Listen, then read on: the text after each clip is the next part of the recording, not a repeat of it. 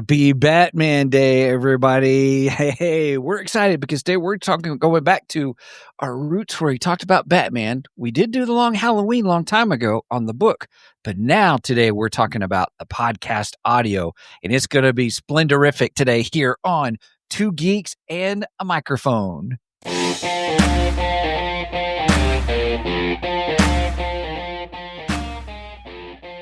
Welcome to the Two Geeks and a Microphone podcast, your one-stop shop for television, movie, video games, comic books, book reviews, and more. Now, without further ado, here's Steven and Mike.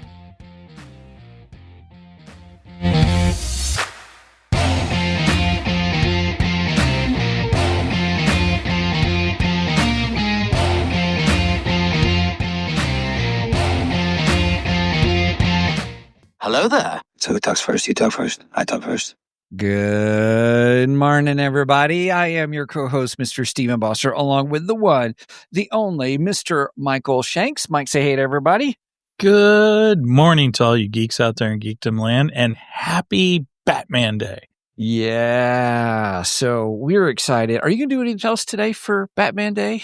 I know we're talking Batman today, but if I can, I'm going to try to watch either Batman 1989 or The Dark Knight, one of the two. Those are my two favorites. Yes. I contemplated doing The Dark Knight. Watching The Dark Knight tonight. Why? Oh, serious. Yeah. Somebody posted a meme where it was Joker asking what's so serious, the Heath Ledger Joker, and the next frame underneath it was the Or no, do you want to know how I got these scars? That's what it was. I saw this. It is the one where it's the the popsicle sticks, the icy pops. Icy pop. Yeah, I saw that. That's pretty good, actually. It kind of looks like icy pops on his face, too. Right. That's probably one of the better ones I've seen. That one was good. Yeah. Oh, that's it. It was pretty good. It was probably Three Geeky Dads that posted because they do the best memes. I mean, good. I don't remember, but I saw it too. And yeah, I like that one. That was good. Yeah. I almost reshared it on our page. Almost. But I did just post on our page just before we went live an announcement about Batman Day, saying today was Batman Day, and put up a couple cool Batman pics and asking for everyone to go in and put in if they're doing anything special for Batman Day. Are you going to watch a Batman movie or, read a comic book or something? If you are, put it in there or put it in the comments here, one of the two, so we can comment on it. Yep.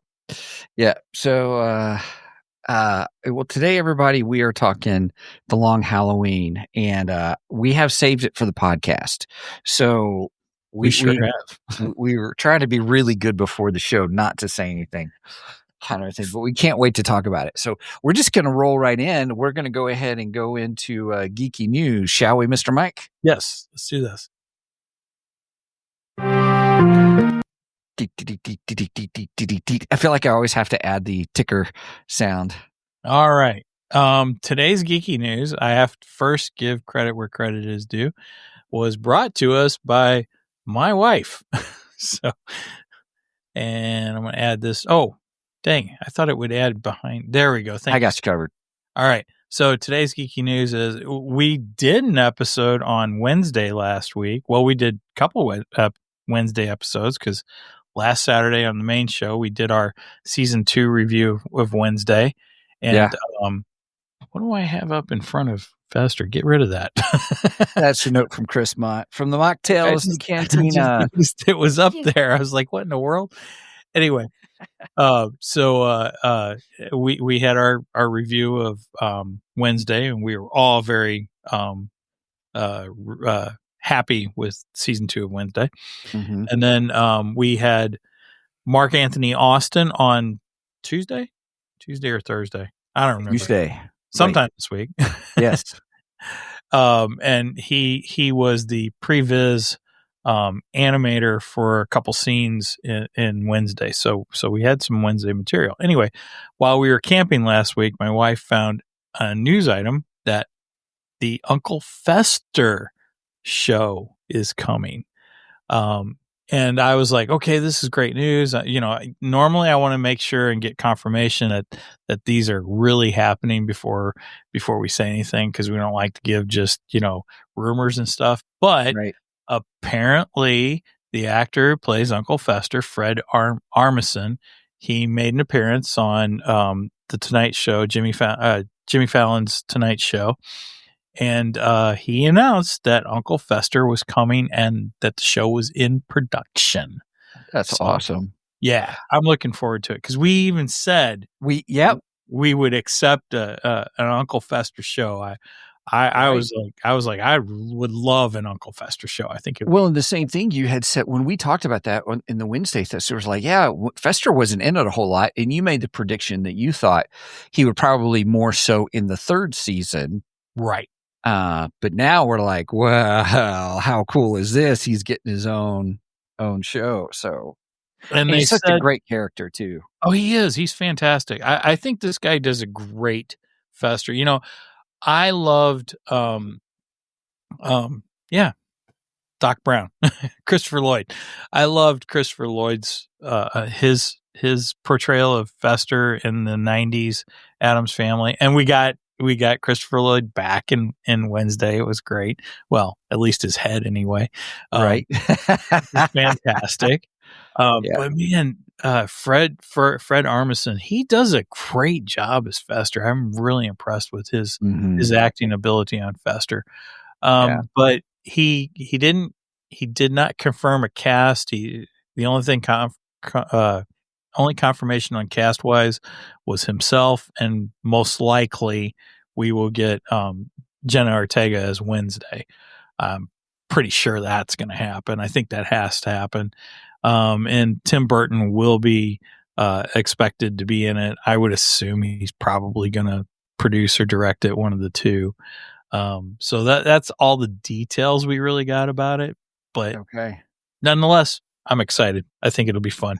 Absolutely. And that's my geeky news, brought to you by my wife. Right on. Here, I'm gonna. Hey, there we go. Yeah, I got it. Yeah, no worries. By the way, Brenda said, "I'll let you watch Batman." Nice of her. See, I'm lucky. My wife's out of town. I can do whatever I want today. I'm so excited. Yeah, but don't you have to go to a football game today? I do. I'm hitting the football game right after the show. Troy is playing center. But they need him on the freshman team. So he's a sophomore, but they need him on the freshman team because their center got hurt. And so imagine a freshman team where you have a 6'1" center. He's probably taller than the quarterback.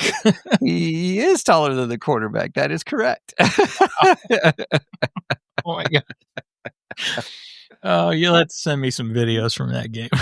Yes, I am under orders to get some I'll videos. bet. Kelly's usually the one who does that. That is correct. Videos and pictures and stuff. So, it looks like you have that duty today. You do have duty. He said duty. He said duty. All right, we ready for Geekdar? Yeah. All right. Go with the radar, sir. What's wrong with it? I've lost the bleeps, I've lost the sweeps, and I've lost the creeps. The what? The what? And the what? You know, the bleeps, the sweeps, and the creeps. That's not. I'm still super excited about Spaceballs too. I think I'm most excited that Rick Moranis is coming back. That's to me the best news of all. It's like, okay, if Rick's coming back, this should be good. That's a big deal. That's a huge deal. He's not been in Hollywood for a long decades now. Time. Yeah, it's been a long time. So I admire him for his reasonings and I agree. All that. Totally. Yeah. Totally. Yep. Okay, I have 2 Geekdar. Okay. I don't know if we didn't talk about it. If you have any Geekdar today. I do have something I can share, but go ahead. All right. First thing I'd like to share is, so my preferred comic book store, Fantasy Books in Belleville, Illinois. Yes. They finally got their own logo, which is kind of like a Fortress of Solitude looking thing. I like that. It's cool looking. The little doorway. Yeah. So That's the pretty cool. Fantasy over in O'Fallon or Fairview, whichever you want to say. They say Fairview, I say O'Fallon. Anyway, so maybe it's Fair Fallon. Is this the one that's near downtown Belleville? Or I shouldn't say near downtown the Belleville. one I go to is downtown Belleville. It's a standalone building. Yeah. Well, Is that the one I'm remembering? No, it's kind of in a little strip mall, but they're the only thing in it. Nobody else is in there. Oh, wow. It's a really, really old building. It's been there for years. Yeah. It's not far from the Catholic Church down on Main Street. Okay. Yeah. But it's near Main Street. Church. Anyway, it's down near Main Street. But now the one in O'Fallon, or as they say, Fairview, that's down the street from where you used to live, actually. Oh, okay. That strip mall down there. Really? Yeah. Okay. And it's a huge, huge store. It's really nice. Well, they've had their own logo for a couple of years now. In fact, I've got their sticker on the back of my computer. I think when I got it, I actually showed that on the air and stuff, and they've got T-shirts and all kinds of cool things. But my store, I consider Belleville my store. I go to both of them, but Belleville's where my pull is. They finally got their logo, and I'm very happy. Nice. And I asked them yesterday, I go, so when you getting T-shirts? And they go, well, we hadn't even thought about that. Are you kidding me? Actually, you could scan that for me, and I can get some T-shirts taken care of real easy. We could do that. It just may take my delivery may be 6 months, but I'm just saying. Sorry, I'm making fun of myself. Probably get their T-shirt before you get it done. Okay. Anyway, my other Geekdar is actually Batman related. This is something we did talk about on the show as Geeky News, and this is real exciting Batman news. I got issue number 1 of Deadpool. You got it. Batman. Okay. So have you read it yet? I've read the Deadpool story. I read the Wonder Woman story because there's multiple stories in it, actually. Okay. Are they all connected? No. It's kind of a, what do you call it? An anthology. So you got the Batman Deadpool story, and then you got Wonder Woman and Captain America, which I thought it was a really good pairing. I like that. And then what comes after that? I don't remember. Well, the reason I'm asking is somebody I saw a YouTube video, and you know how I scroll. YouTube's my thing, so I scrolling through, and somebody was saying that they were kind of poo-pooing on it, kind of a thing on the comic book. Really? Yeah. So I'm glad you got it because I really would like to get your opinion on it. Well, we'll have to do a special clip for it. Okay, all right, we could do that. Yeah, I'll save that for the podcast. But yeah, there's a Wonder Woman and Cap story. Then there's Crypto and whatever the whale is. Jeph the Land Shark. There we go, Jeph the Land Shark. Crypto and Jeph the Land Shark. Adorable. Thank you for your input, Megan. And then the last one, Stephen, I think you'll be excited about the last story. Okay. What's the last story? Because it is none other than the Emerald Armor and Daredevil. Oh. I haven't read that one yet, but that just looks fantastic. Okay. I think that's a good pairing too. Megan was like, well, why didn't they put him with Hawkeye? I don't know. Why didn't they put Deadpool with Deathstroke? So I would have paid full price for that one. You got a Hawkeye and Green Arrow, Green Arrow versus Hawkeye.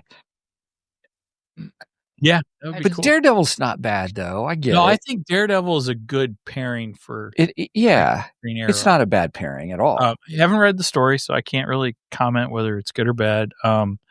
There are things I like about the Deadpool story and Deadpool Batman story, and there are things I could like better, but yeah, that's all I'll say right now. Okay. Well, I really do want to get your opinion on it because I was like, oh. And I was told there's going to be a second issue too. This first one was technically Marvel's issue. Mm-hmm. As you notice, the Deadpool logos on the top, Batman's on the It's on the bottom. bottom. So and then you got the Marvel logo, and it says #1 underneath Marvel, and then DC on the other side. So in November, I'm told that DC's is going to come out, and I'm hoping it's story number 2. I hope it's much more better. Yeah. Sorry, I couldn't resist. I was thirsty. I did like the story. I'm not going to say I didn't like it. Yep. Everybody, we also. enjoyed it. I want to tell everybody that just kind of the special segments, different things that we're working on for the show and for all our Ko-fi supporters and stuff is. Mike has his show. Mike Has Issues. Yeah, I still haven't done another one. That's okay. And same here is I'm, ex-pastor watches horror movies. And so I've got all kinds of different, it's been great. I got some ideas mostly from our 3 geeky dad friends because they, they're into horror kind of things. Oh, Steven, you got to watch this. And stuff. They had something weird happen on their show last week. Oh, did they? Yeah, they were doing their annual live from whatever the expo. There's Is it New York? Oh no, I know what you're talking about. Yeah, it was their local horror con kind horror of a thing. expo. Yeah. Mm-hmm. Some dude comes up to him. So they got their mics, and then they bring extra mics with them, in case somebody wants to come up and ask them a question, so on and so forth and stuff, which is cool. Yeah. And this guy comes up to him, and they're like, "You got a question? Yeah, I got a question. Well, take a mic." Yeah, they regretted giving him a mic. I can tell you that because he started asking him about fentanyl. Yeah, I know nothing about that. What? I messaged Brian right after I listened to it. I go, I think that dude was on fentanyl. He goes, He was on something. I'm telling you. Probably was. It was so weird. It was the strangest thing I've ever heard in a podcast. Yeah, so. open mics are always a dangerous thing. That's true. I had an experience when I was doing a funeral for a family. Oh, good. And they wanted to do one, and I told them, I said, okay, but and it was like, yeah, that turned into a thing. I had to kind of interrupt. Have any drug addicts come up, did you? No, it was a family member who started talking about all kinds of stuff. And I was like, yep, okay, yep, thank you. Kind of, I mean, and then I also know Time to cut you off. Even when I was doing my training, my pastoral training, the guy who, the professor, he was professor, but he also worked in churches and helped churches and stuff. And he talked about this one time the family wanted to do an open mic, and it was the last time ever. And he gave us a story where they started talking about Freddy the parrot. Oh, shoot. You know what? We should circle back to Geeky News for 1 second, because I forgot something. Oh, yeah, sure. Something extremely important. Yeah. And something very close to us. But we have a friend whose novel is getting released next week. Right. We're doing, yes. So let me. We should get up here. I think I can I got a picture of the cover and my photos here. Bingo bambo. Here, or not. Remove that. Here, I'll go to here. I'll get you. Are you sharing?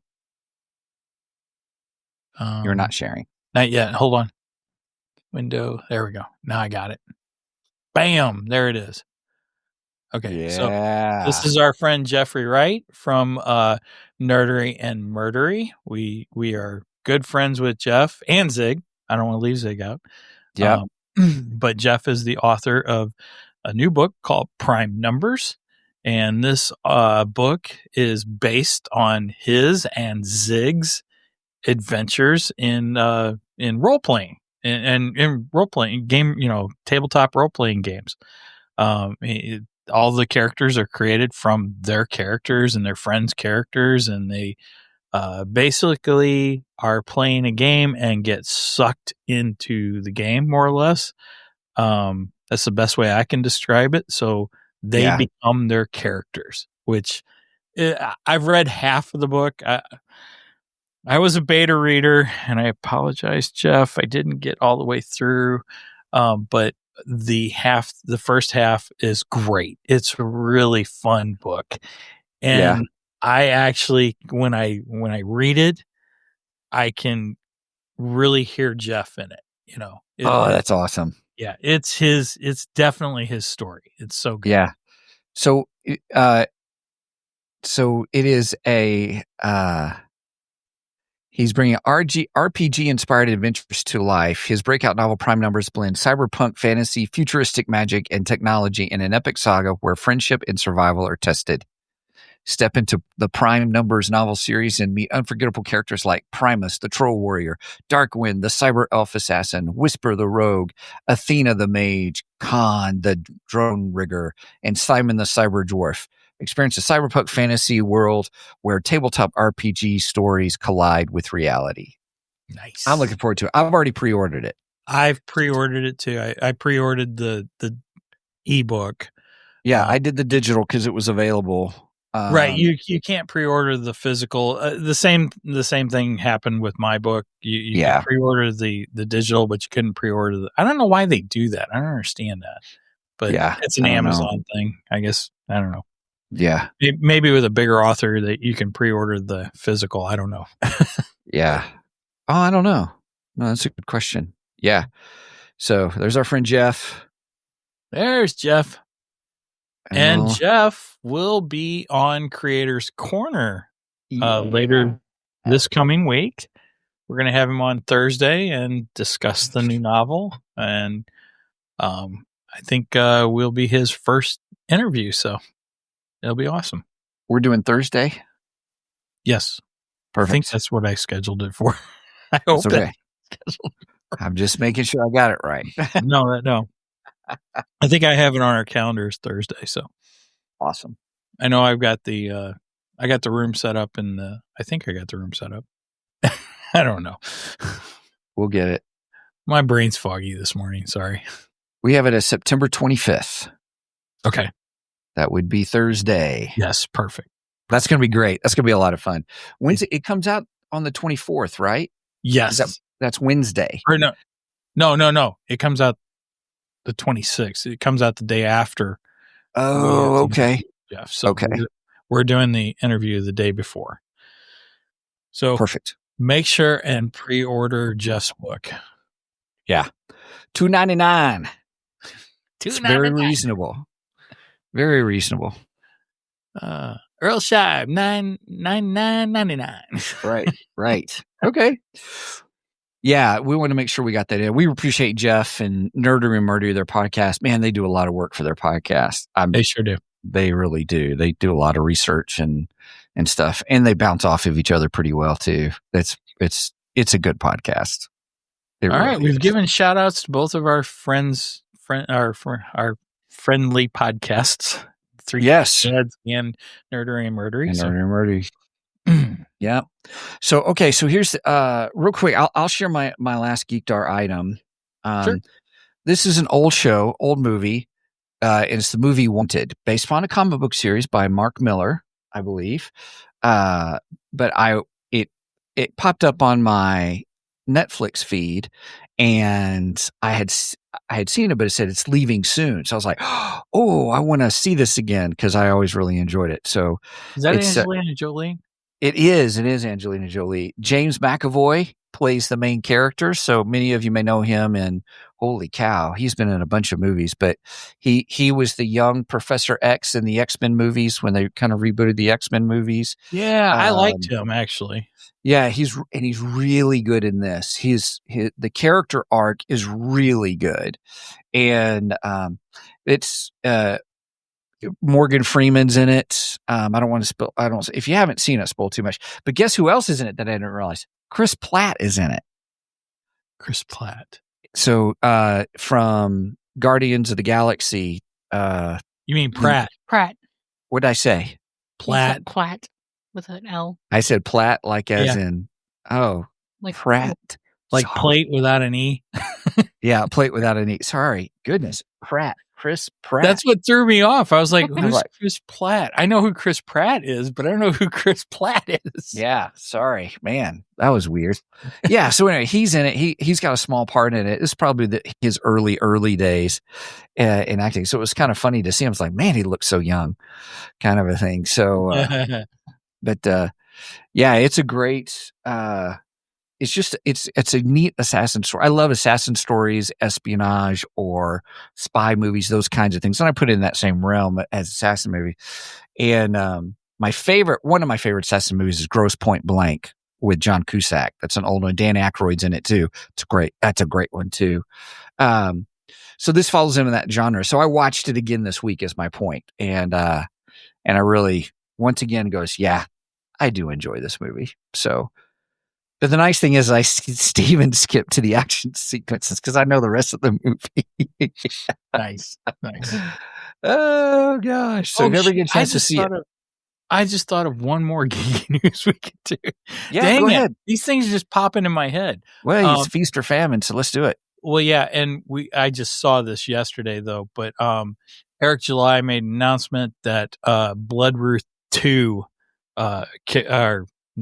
campaign is starting soon. So, and I love Bloodruth. She's one of my favorite characters for Rippaverse. So, and I'm I love pretty the first sure. part.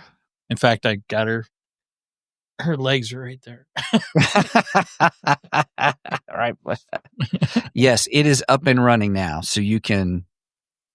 The campaign is up right now. So which is pretty good. So make sure and go check out Bloodruth 2. If you haven't checked out Bloodruth 1, get Bloodruth 1 and then order Bloodruth 2. Right on. Yeah. Yeah. I made my order for, to kind of catch up on a couple of things. And, cause I wanted to get number one of all the, the first issues of, of stuff from last year. And I was only missing like 2 and I don't know how long ago it was I ordered it, but I haven't seen anything. Maybe shoot them an email. Yeah, we're like, hey. hey. I can tell you that their team is very receptive because I remember when I pre-ordered Horseman. Horseman 2 I think is coming out too. Anyway, yeah. When I pre-ordered Horseman, I felt like I had been waiting forever for it. And so I emailed them about it and sent them my order number and everything. And they got back to me pretty quick. And they're like, yeah, it hasn't shipped yet, but it's going to ship here in 2 weeks or something like that. So, okay. So they were pretty receptive. So I would highly recommend if you are concerned with your order, just go on their page, find their contact info and contact their team because they are good about getting back with you. So I did do the Zezel payment thing. So it's you pay every 2 weeks is really what it boils down. 4 payments. But I went ahead and paid off on the second one, if that makes sense. Like I wanted to get my order in and then it was was any of it a pre-order though? It's been a month. I'm sure some of it is pre-order. Yes. Okay, so if it's a pre-order, you may not be getting it until that pre-order is actually because they'll ship everything at once. They won't ship it until it's pre-ordered. Okay, so that makes sense. So Ripazine. So you pre-ordered Ripazine 4 and 5. Right. I caught up on my Ripazine issues because I do like those actually. So I did Ripazine 2, 3, 4, and 5. Nice. Yeah, I only got 1 and 2. And I got 5 pre-ordered because it has Blue Shift on it. And I'm super excited about Blue Shift. Yeah. Can't wait for him. Yeah. Did you just get the regular standard edition? Yeah. I thought so. The only I ordered you a collector's edition that I'll send to you. Did you really? I did. Oh, thank you. That's nice of you. Yeah, I did. No, the only one I bought a special cover for, I bought the foil cover for Bloodruth 1, which is an awesome cover. So good. Yeah. Was it worth the extra money? Yeah. I think so. Nice. That's important. That you think cover, so, yeah. That cover is amazing. So I love it. Very cool. Very cool. All right. Are we ready to move on to the main event? Yeah, I'm done with geeky news now. I promise you.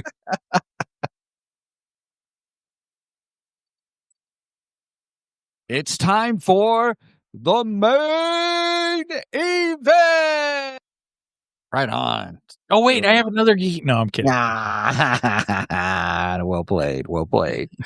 Oh, my goodness. Hey, it's Batman Day, everybody. And so we are celebrating all things Batman. And Mike had the idea of, let's do the Long Halloween audio, the Batman High Volume podcast, which is great, by the way. We did their first one, which was... Now, wait a minute. You got to say it like she says it. Right? Don't do it. High volume. Batman. Right. I've thought about bringing it up and playing it for everybody. Oh my gosh. I love it when every time she says that, I'm like, yeah. You know what? I am going to try to bring that up. Are you going to find it? I am. Okay. Well, I'll talk about the voice that does that. That voice is actually Catwoman in the episodes also. The same actress that plays Catwoman, she's the host or the narrator for the series also. Okay. And I didn't realize it when I first started listening to it and everything. And they have interviews. You get the interviews along with the podcast. By the way, the podcast is free for everyone. If you just search for DC High Volume, you'll be able to get Batman Year One, which we covered previously, and The Long Halloween, and then they're doing Dark Victory next. Yes, I have some questions about that. Yes. I don't have a lot of answers because I don't know anything about Dark Victory, so this one's going to be brand new to me. Excellent. Okay. I'm excited about Dark Victory. I'm looking forward to it. But yeah, when I was listening to the interview with the actress, and let's see, her name is Reba Burr, who plays Selena Kyle in Catwoman. She revealed that she's also the narrator for the whole series, and I was just like, "Oh, you're the one that does the voice. I love it." Every time she says that, I'm like, "Yeah." She just sounds so cool. Yeah. She's got a Hang great. on a second. Did you find Give it? me a second. I'm queuing it. Okay. All right. We're waiting. Okay. I know. Now I got to share my screen, but I got to do the audio. So you may get a double sound, Mike. Hopefully it's not too bad. Shut up. No, it's all good. Here we go. All right. All right. So let me get it to the share screen. Why is it not sharing? Because that's your share screen, not mine. There we go. Okay. So here we go, everybody. So we'll do the they do a commercial for the first minute, and so here's where it comes next. Listening to DC High Volume, Batman. The Dark Knight was wrong.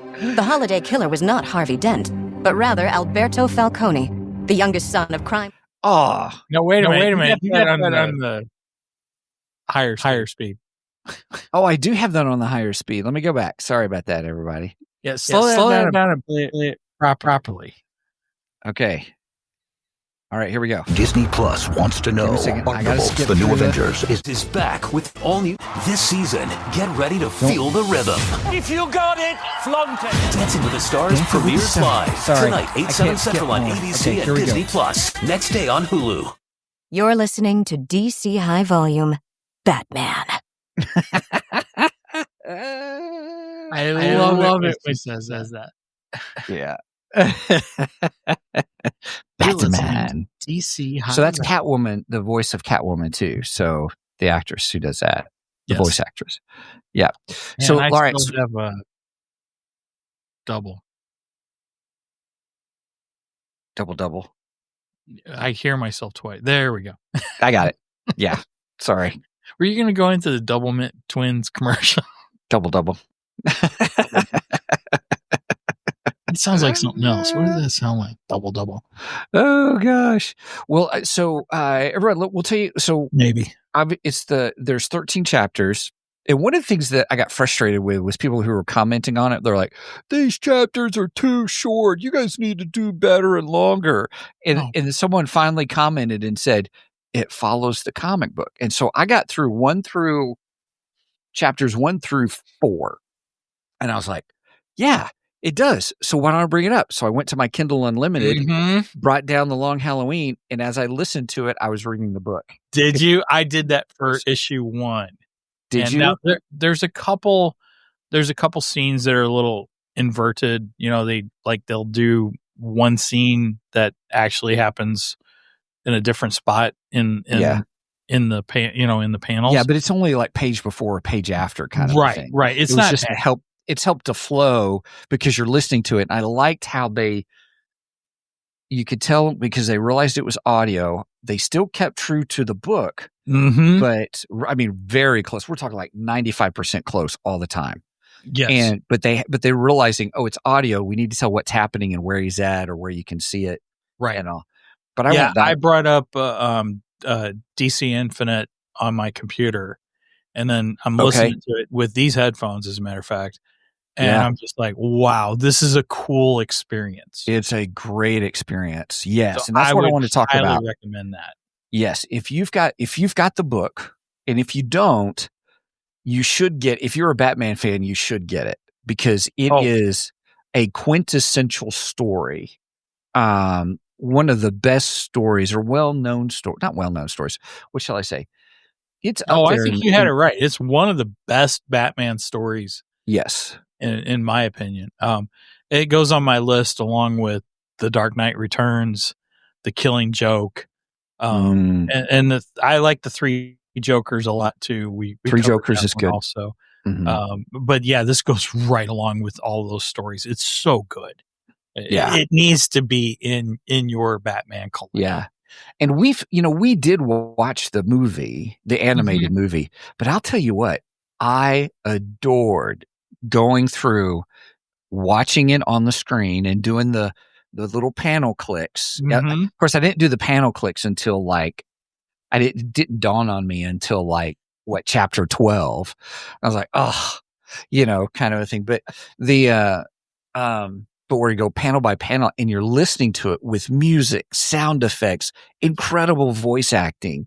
And also, I mean, I'll be open with you. I really enjoy the Long Halloween. Well, excuse me. Disney. Golly, Steven, just get it out. It's okay. DC High Volume Batman podcast is phenomenal. Yes, agreed. It is like a theater in the mind is what it is. Yes. I've said it before when we covered Batman Year One, the DC High Volume adaptation of it. I said that my favorite audio books, well, not even audio books, they're audio dramas, are Doctor Who dramas done by Big Finish Audio.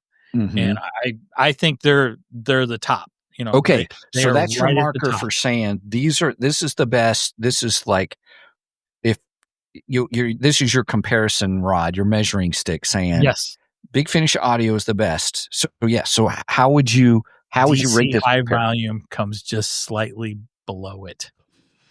Okay. Sound effects are just incredible. Music is fantastic.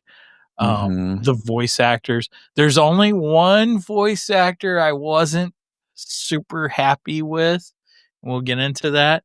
Okay. But everybody else I thought did a fantastic job. It's so good. I don't think I could praise this production any more than I am. Yeah. When we get to, I have a scale. Okay. So at the very beginning of the book, Bruce Wayne goes to Falcone's. They're having a reception for his nephew's wedding reception, and Bruce goes to that wedding reception, and he is talking to Falcone, right? And Falcone tells him, "Have a cannoli, Bruce. I had him flown in fresh from Italy." So I think we have to do cannolis. I love it. As our skin. Yeah, flown in fresh from Italy. That still is like a 12-hour flight. Yeah. So really, how fresh is it? I don't know. But it's the comic book. It is the comic book. I love it. I love it. Okay, great. Okay, so how many cannolis? This is great. I love that. I would give this 9 out of 10 cannolis. I'm right there with you. It's Easy. 9 out of 10 for sure. Yes. And it would be a 10 if I liked a voice better. Oh, okay. All right. Anyway, but yes, I don't think it's perfect, but no, it I is don't darn good. It is darn good. It is almost perfect though. Again, if I got rid of if there was a different voice for a different actor, and I'm not saying the actor did a bad job. I just don't think he was what I imagined for the character. So, and maybe that's because my mind is tainted by other actors. I don't know. Yeah. So we'll get into it though. Absolutely. Yeah. And we're going to go into spoilerific territory, everybody, because there are some things that we want to talk about that will spoil the show for you. Mm-hmm. And it dawned on me as I was playing that, I kind of tried to stop it real quick because it said who Holiday was, but really that's not really that.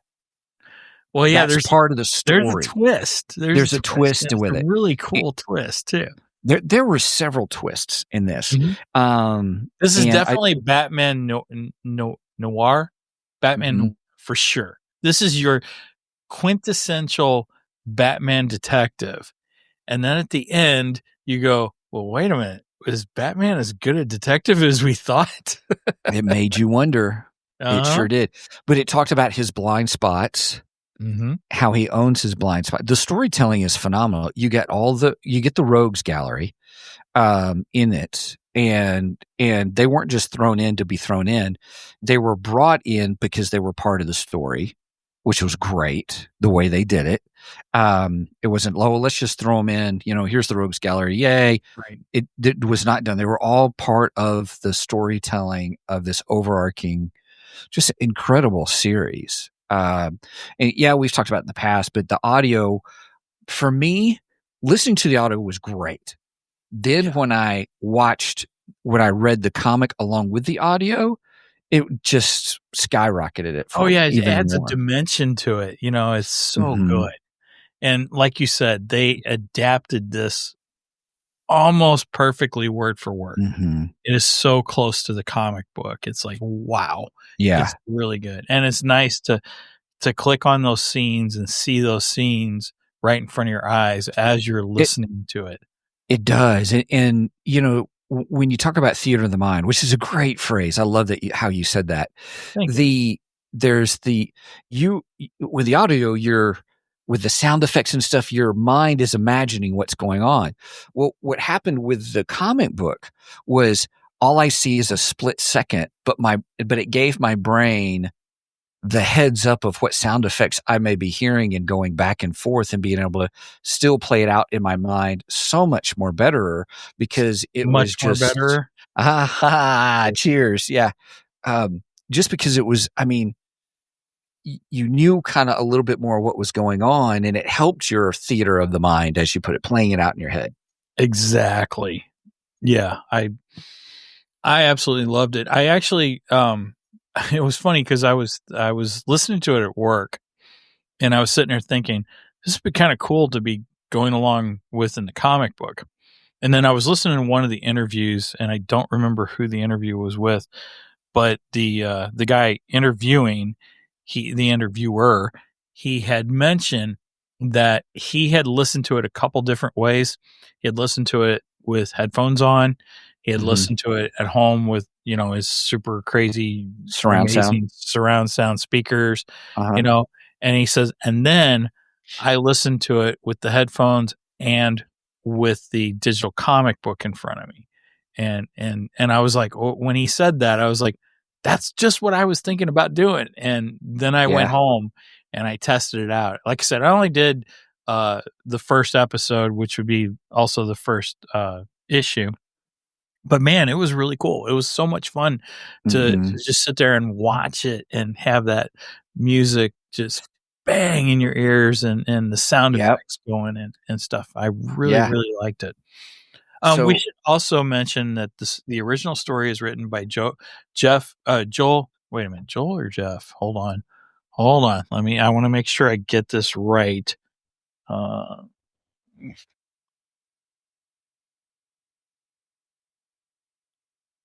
Story.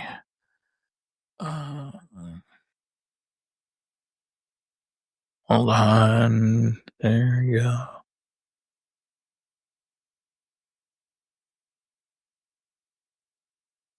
Jeph Loeb. Jeph Loeb.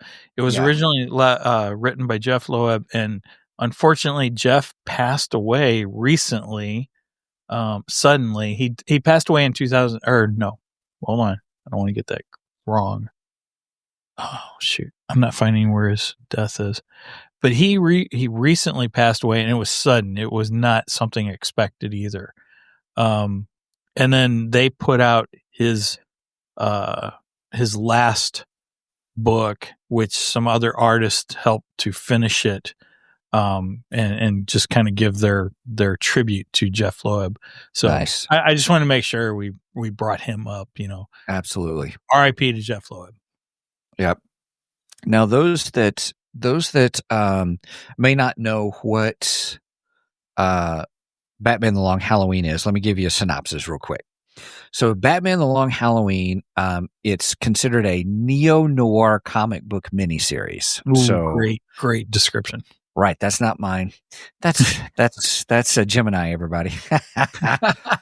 So it follows a young Batman, District Attorney Harvey Dent, and Captain James Gordon as they investigate a serial killer named Holiday. The murderer, who strikes only on holidays, targets Gotham's mob family, setting off a war for control of the city. And three themes. It brings up three themes. The blurred line between order and chaos. Mm-hmm. It explores the collapse of Gotham's traditional criminal hierarchy and its replacement with a new chaotic breed of criminals, which is incredible. Because that was an incredible theme where it was like you got the crime families, and it even gives you, hey, they're from this crime family over here, or kind of a thing. And you got the whole New York, Chicago, and Metropolis, Chicago, and Gotham. Mm-hmm. They did that whole bit. Families, and it so much reminded me of Tulsa King. It's Tulsa King. You had Kansas City, you had New York, and Tulsa and everything. Mm-hmm. It's just like I'm sitting here going, "Dang, this is like Tulsa King. It's awesome." I love it. Yeah, and I thought it was interesting how it kind of moved into. It's no longer the crime families as it is this rogue gallery of criminals who are so different. And that was even the theme in The Dark Knight. In the movie The Dark Knight was the whole thing of... Oh, I could pick out a whole bunch of scenes that were adapted from this to The Dark Knight. For instance, when we get James Gordon, we get Harvey Dent, and we get Batman standing on the rooftop talking. I'm like, that was directly put into The Dark Knight. Yes. Almost that exact scene was put into The Dark Knight. And then another scene was the scene where Harvey and Batman, now this was changed slightly in The Dark Knight, but Harvey and Batman find Falcone's stash of money. Okay. And so he's got this huge stash of money because he lost the ability to launder it because they weren't able to use Gotham banks thanks to Bruce Wayne. Yeah. And Harvey makes the comment, well, if we were two other guys, and Batman's like, but we're not. Yeah. and then Harvey goes, well, they only understand one thing. And he sets the money on fire. So that was adapted, but Christopher Nolan, Christopher Nolan, he changed it. He made it the Joker who was burning all of the gangsters' money. So, but it was almost the same scene. It was the whole thing of this town needs a new breed of criminal, kind of a thing. And so, Yeah. One of the other themes was duality. The story examines the concept of duality most prominently through the tragedy of Harvey Dent and his transformation into Two-Face. This theme also appears in Bruce Wayne's dual life as a billionaire and a vigilante, and his complicated romance with Catwoman. And it was nice to have those elements. It was nice to see the whole thing of how Harvey Dent became Two-Face too. Yes, was really good. And I got to say, in the this audio, is kind of a retelling of Harvey Dent's origin into Two-Face also. Yeah. And I will say the screams, the audio screams of Two-Face or Harvey Dent screaming because of the acid was so eerie. It was so good. I mean, I was like, and there's even a statement in the comic book. I still can't, Batman, where he says, I still can't get over those screams. And they really, they made sure they made that part of the audio. Oh my goodness. The other one was Justice versus Revenge. The story follows the fine line between pursuing justice and falling into a cycle of revenge. As Batman, Gordon, and Dent become more desperate to take down Falcone, they are forced to confront whether they are truly fighting for justice or merely seeking personal vengeance. And that's a great way to put it. So it was just a fabulous. The audiobook is fabulous. It is probably one of my top 10 Batman stories for sure. I think that's a great way of putting it, whether they're seeking vengeance or their personal vengeance or such, because this really gets into the minds of all three: Batman, Bruce Wayne, Jim Gordon, and Harvey Dent, Two-Face. Because, I mean, really, truthfully, Jim is the most moral, he is the moral compass. Yeah, he is very much the moral compass of it. It is not Batman. It is Jim Gordon. And I love it. I love that.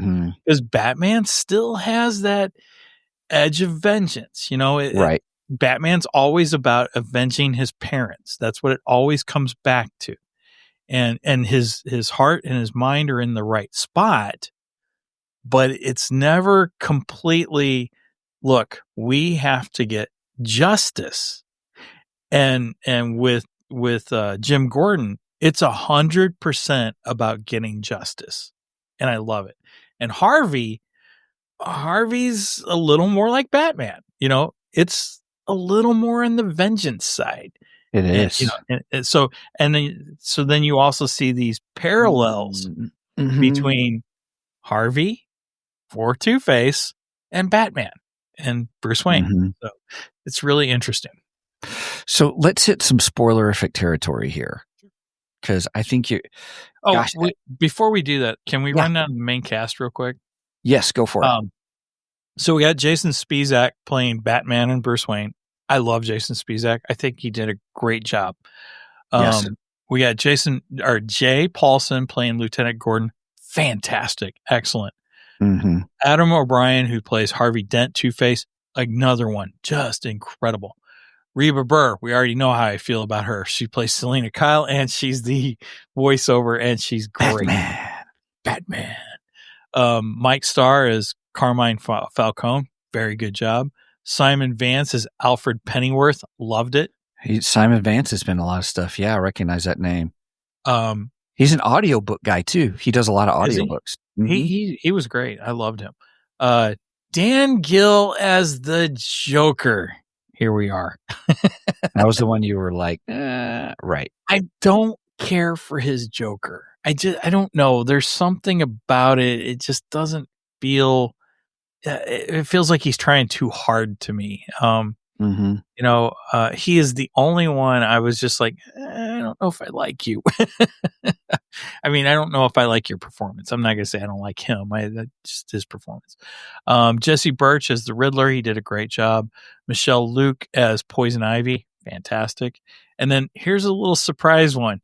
Kevin Smith as the Penguin, which was kind of funny. I was like, okay, that's pretty cool. And last but certainly not least, Marcella Lentz Pope, who plays Gilda Dent, Harvey Dent. Yes. Main squeeze. Yes. Yes. All right. just wanted to run down that.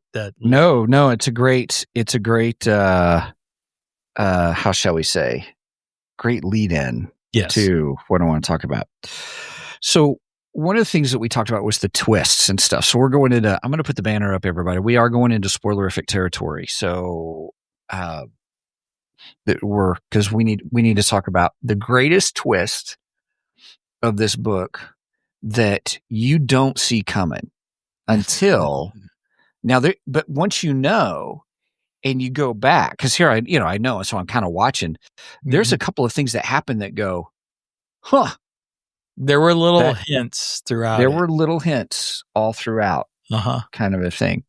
And so that's the big thing. So I do want to talk about it because I think there's so much to be said about this character that is probably the most underrated character in the Batman lore. Yep. Mm-hmm. So we're talking about who is Holiday. And the system tricks you, the book tricks you to thinking you know who it is. And that's a great story, too, in and of itself, how they reveal, which made it seem solid that was who it was. Well, it's awesome because Harvey Dent believes for a while that Batman is actually Holiday. Batman comes up with Harvey being Holiday, which, I mean, there's a lot of things that really lead to it. Then there's even, is the Riddler Holiday, or is Calendar Man Holiday, which almost seems apropos, except Calendar Man is in Arkham, so how could he do it? There's a few accusations out there, I guess. Yeah, and Calendar Man seems to figure it out who it is. Oh yeah, because he mentions one little pronoun. And he'll begin a sentence with he, Holiday, whoever Holiday is, as a he, and then the next sentence he'll say she, blah, blah, blah, blah, blah. So he gives you kind of this tease that, he kind of already knows. And then they start saying he or she. They do start saying he or she. It's he. Oh, that sounded funny. I see what you did there. Yeah, right. So it was all through the book until you get about halfway through, and then Calendar Man is starting to use that, and then there are more she, he or she, he and she. It was really good. And even he said that, how did he put it? Duality? No, not duality. How did he put it? Gemini. Oh, yeah. He used the term Gemini. The twins. But he did that for Two-Face. Right. Or did he is correct. Yes. I wondered. So that's just great writing because it makes you did wonder about who was Holiday. Now it comes up, everybody, that Holiday ends up being Falcone's son. No, his nephew. Right. Who had disappeared or they thought was dead or something like that. Well, in the very beginning, he wants to be part of the family. He wants to be active in the family. Yes. And Falcone and his mother don't want him to be. They're just wanting to keep him out. I guess it's just to keep him safe, yes. Because, being a part of the family is dangerous. Right. And I guess he was kind of the baby in the family. And then there's a point where he's killed, or so we believe he's killed. Yes. And then I'll let you go on from there. Oh, no. That's okay. The dynamic of when he goes into the prison, after he's been caught by Batman, kind of a thing. And that's where Gordon served as that moral compass, because Batman was about to beat the living daylights out of him. He sure was. Good night. Which would have been satisfying, I have to admit. It would have been. But I loved how Jim Gordon was very much, hey, hold on. Hey. We made a vow in the beginning. Right. We do not cross certain lines. And dude, you're about to cross that line. Yes. And I'll have to take your bat butt in if you do. Right. Right. Right. And so then they catch him. So he's in jail. So his dad, or he comes to see him, comes to see, Holiday. And it was his whole thing. He was want to be part of the family. And there you get kind of a monologue, a villain monologue of, we need a new breed of criminal. It's no longer about the families. Again, don't call me to the Dark Knight too. Yes. He says, no, don't call me. I'm no longer so-and-so. I'm Holiday. Right. Is who I am. And so that was good. And so then you're like, okay, they got him. And then you're like, wait a minute, what's happening here at the end? And you see a furnace, everybody. And in the furnace, you see things thrown in the furnace. And lo and behold, you find out that Holiday, or the what's his name, he only did one, I guess, just to get his name. He wanted to be known as the Holiday, but really it was really someone else behind the scenes. And that was, I'll let you tell everybody who it was. It was none other than Harvey's main squeeze, Gilda Dent. It was fantastic. It's glorious. And her motivation was there. It wasn't like, we're just gonna create a twist for everybody. No, they wrote that twist in the whole story. Yeah, definitely. There was that time that Batman was in the basement of the Dent's home, and he was like, "Hey, I found metal shavings." So that for him led him to believe it was Harvey Dent. Harvey Dent. Yep. And that was a good one. That was like, oh, it's Harvey Dent, but I already knew the answer. But I was like, that's why he would say it was Harvey, because. But Harvey did bring home evidence, because Gilda refers to that.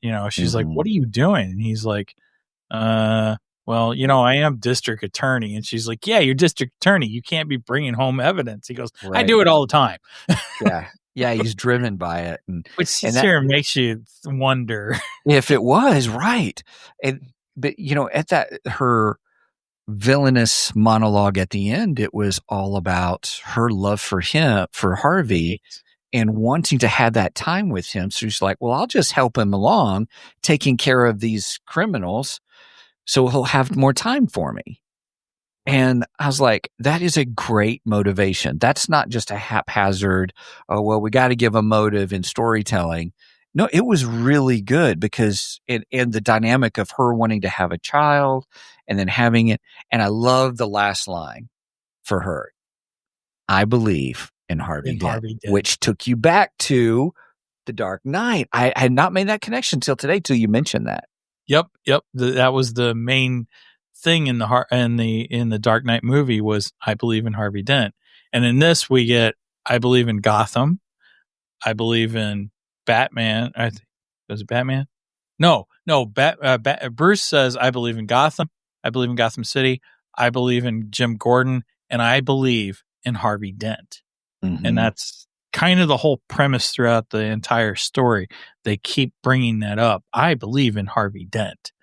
And then she says it at the final. So it's a very iconic Batman line. It was used in The Dark Knight a lot, and this is why I also recommend, if you listen to this, listen to the interviews too. They're really good. But the best one is actually with Gilda, the actress that plays Gilda. She's a hoot. Oh, she's fantastic. Marcella Lentz Pope. Because she talks about when she got cast. Now she had never read the story before. She's like, I'll admit, and she didn't even finish it. Right? She said she didn't even finish it when she started. Right. Her boyfriend is like, she tells him, "Hey, I got this part in this Batman story." And he's like, "Oh, really? Which one?" And she goes, "Something called The Long Halloween." And he pulls out the book. He goes, "You mean this one?" Right? Because he's a total Batman nerd and everything. And she's like, "Yeah, that's it. That's the story." And he's like, here, look, this is your character. This is who you are. Well, first he's like, "Who are you?" And then she tells him, and he's like, "Oh, okay." And he gets real excited. And she thought, why? It's just a small part, right. kind of a thing. It's just Harvey Dent's wife, And it wasn't until much later in the script, and she realizes, oh, wait, I'm the villain. Yeah. And it was awesome. She's like, this might be the greatest role ever. But her interview is just fantastic. It's a nice little cherry on the top of the sundae. It is. Yeah, it is. And I wouldn't have listened to it unless you had told me to at least listen to it. I'm glad I told you because it's such a good interview. And it is. I like those. I like the geeky, nerdy stuff. I like the behind the scenes details and stuff. So I enjoyed listening to the interviews. And all of them are good. I recommend all of them. But that one is the best. And just because of who she is and how excited she ended up getting, because when she got the part, she was just like, oh, okay, she's another housewife, whatever. It's just another acting job. No big deal. I get a paycheck. And then when she found out she's the villain, she got really excited. She's like, oh, I like this. Yeah. There's a nice little twist to my character. And, it's it turned into a much bigger acting job than she thought. Yeah. Yeah. And she even talked about how knowing that, how she still had to play, how she focused her acting, her voice acting from the beginning to the end.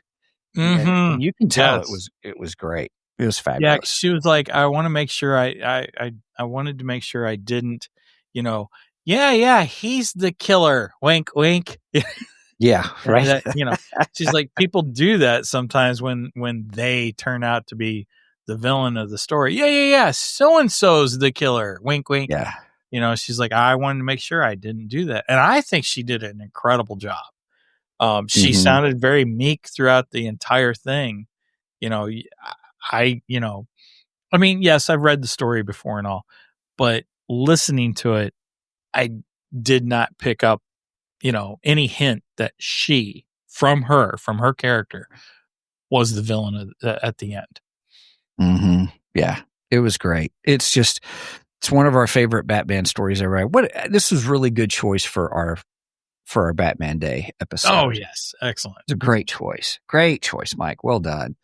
Man, it was just even getting the comic and then being able to, just listen to it and read it at the same time with the music, with the voice acting, with the sound effects. It was great. Now, do you know, I was going to ask you this. I wanted to ask you of anything else with Gilda Dent. Is there, does she just disappear in the ethos that she's never returned? Tell you the truth, I'm not sure. My Batman or my DC Bible's buried right now, so I can't get to it. Otherwise, I'd get that. I don't know if Gilda's been anything in afterwards. Let's do this. It would seem like they would have done something. Let's do a fun Gemini thing. What oh, come on. What happened to Gilda Dent in the Batman comic books? Comic book stories. There, I'll put it that way. This would be after the long Halloween storyline. Okay, here we go. Gilda Dent, starting research. I am using 2.5 Pro because I find that I don't like Flash. Gemini 2.5 Flash, I don't really like it. I'm using 2.5 Flash. Yeah. So you're using Pro? I am. Yeah, I just booted down Pro because it's more research oriented, I think. Is it much more better? It's much more better. Cheers. Okay. Following the dramatic, ambiguous conclusion of the long Halloween, the Gilda Dent story in the Batman comic universe is one of disappearance, speculation, and a significant, albeit somewhat obscure, return. While her shocking confession as the original holiday killer left readers with more questions than answers, her subsequent appearances have done little to definitively resolve the mystery, instead adding further layers to her tragic relationship with Harvey Dent, now the villainous Two-Face. Immediately after the events of Long Halloween, Gilda Dent effectively vanishes from Gotham City. In the sequel, Batman Dark Victory. There we go. So Dark Victory, that makes sense. That's the new, they just started Dark Victory on DC High Volume. Yes. And I've never read Dark Victory, so I don't know anything about it. Her absence fuels speculation both within the narrative and among readers about her whereabouts and the veracity of her confession. A new character, Janice Porter, the new district attorney, bears a striking physical resemblance to Gilda, leading to a popular fan theory that she was Gilda in disguise. That's a spoiler, everybody, coming up. Sorry. I don't want to. Okay. For years, Gilda, I'm not going to say anything else about Dark Victory. For years, Gilda's fate remained a loose thread in the Batman continuity. However, her story was revisited and given a direct continuation in the 2021 one-shot Batman The Long Halloween Special. This story reveals that Gilda has been institutionalized since the events of the original story. She eventually leaves the institution and reunites with Harvey Dent. The special portrays them as a couple on the run, with Gilda seemingly accepting of Harvey's new identity as Two-Face. I'm not going to share anything. Let's see.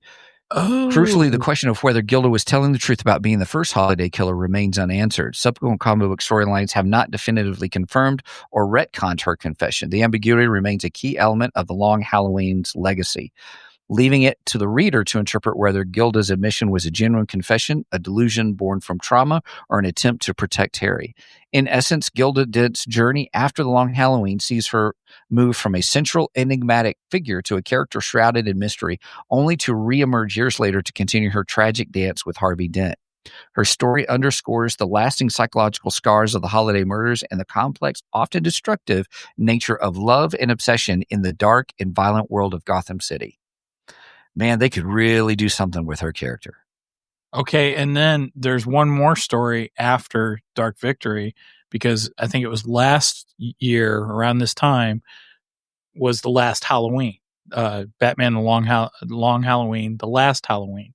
And that was the follow-up to Dark Victory. And that was also the kind of love letter to Jeph Loeb, since he had just passed away. Oh, okay. Right. So really, if you want the entire story, you want to read Long Halloween, then you want to read Dark Victory, and then you want to read the last Halloween. So those would be the trilogy right there. Yeah. Now, the last Halloween is a one shot. It's not very long. So, but yeah, cool. So I wonder if they'll do something for the last Halloween, then after Dark Victory. I don't know. You would think they'd finish it up. Yeah. Long Halloween. Long Halloween. Oh, you can get a hardcover. Oof, that's expensive. I think I have the trade paperback. The trade paperback of it, if I remember right. I think. Okay. I can't say for sure. It's put away. So. Yeah. With my other treasured Batman stories, Batman the Dark Knight and The Killing Joke. Those are the best. The very best. Yeah. Batman, The Long Halloween, The Last Halloween. Yep. Oh gosh, that's recent. Right. Like issue 8 just came out July 30th. Issue 8? I thought it was a one shot. No, there was the Long Halloween one shot that we talked about, but The Last Halloween is still going on. Oh, okay, cool. Yeah. Right. Well, and like I said, that's kind of a love letter to Jeph Loeb, since he had passed away very unexpectedly. And stuff. Yeah. So yeah, there you go. So I guess they probably will follow the Dark Victory up with the last Halloween then, most likely. Then maybe they'll pick up Hush after that. That'd be fun. Yeah. Yeah. July 30th. What DC high volume stories would you like to happen? Oh, that's a good one. So I think Hush would be amazing. That'd be a great one for a audio treatment. Hush would be a good one for audio treatment. I would say that, yes. I mean, I love Dark Knight Returns. It is one of my all-time favorite. Might be a little dated though. I mean, that came out in the 80s, so and it is a slightly dated story, but still a great story nonetheless. Fantastic. One of my all-time favorite Batman. You could do The Killing Joke. It's going to get dark because The Killing Joke is extremely dark. I have to give that warning. If you've never read The Killing Joke and you want to read it, I recommend it, but big warning there. It is another ambiguous ending that makes you wonder. Oh yeah. You know, the laugh. Yeah. Batman laughs. It's awesome. Yeah. And you don't know what exactly happened. You don't. Well, people have their theories, but that was the whole point. Everyone's got their theories. It's great. It's a fantastic ending. The last Halloween, FYI, there's 10 books out.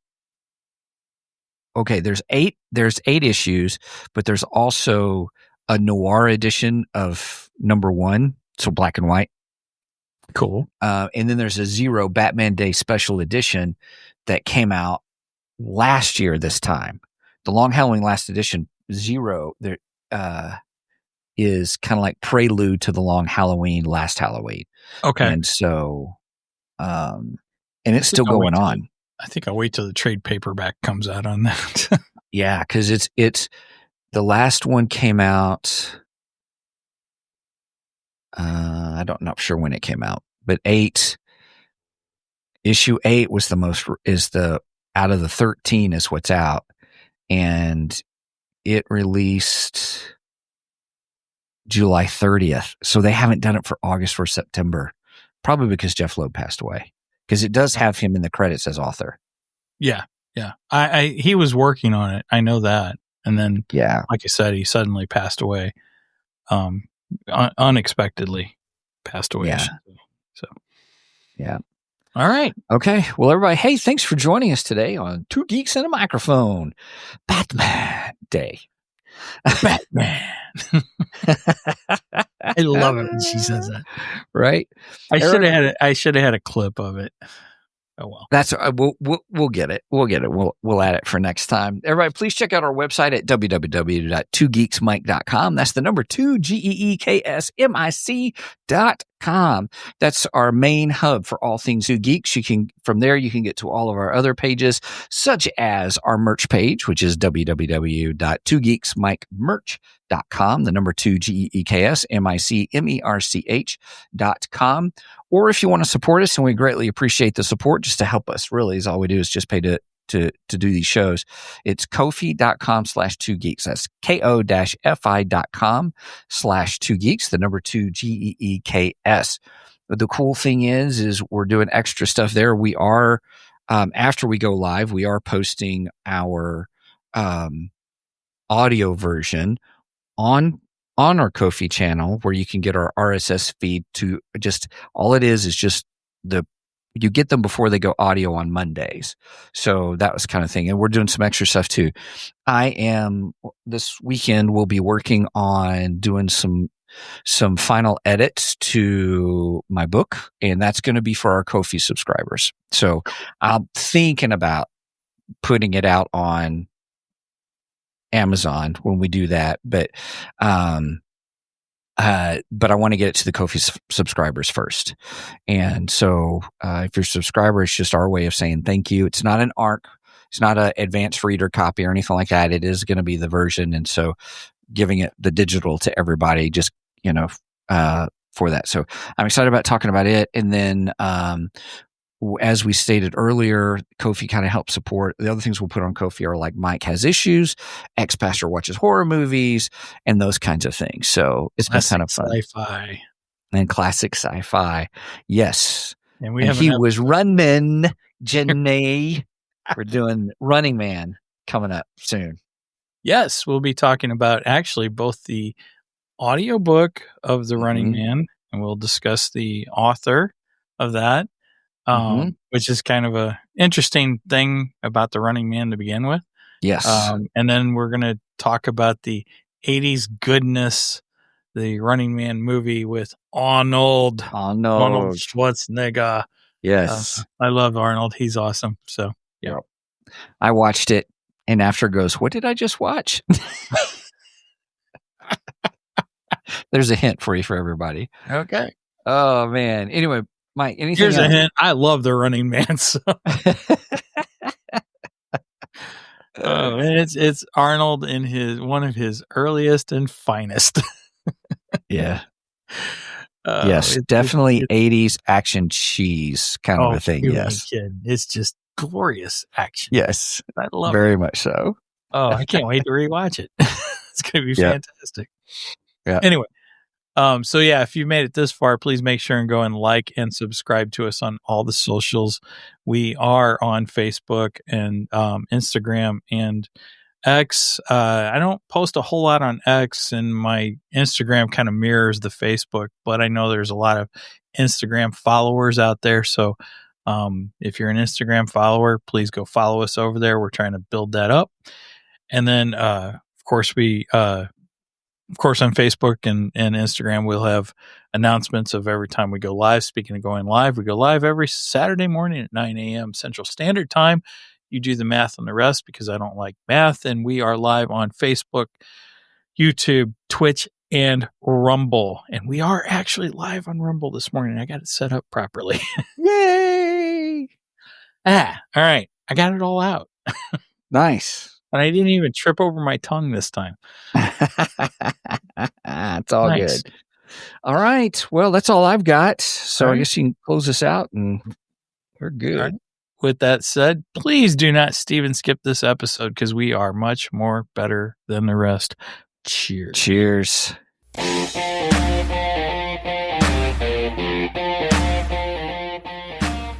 Thank you for joining us today on the Two Geeks and a Microphone podcast. Tune in next week when we will have more news and reviews. Until then, may the force be with you.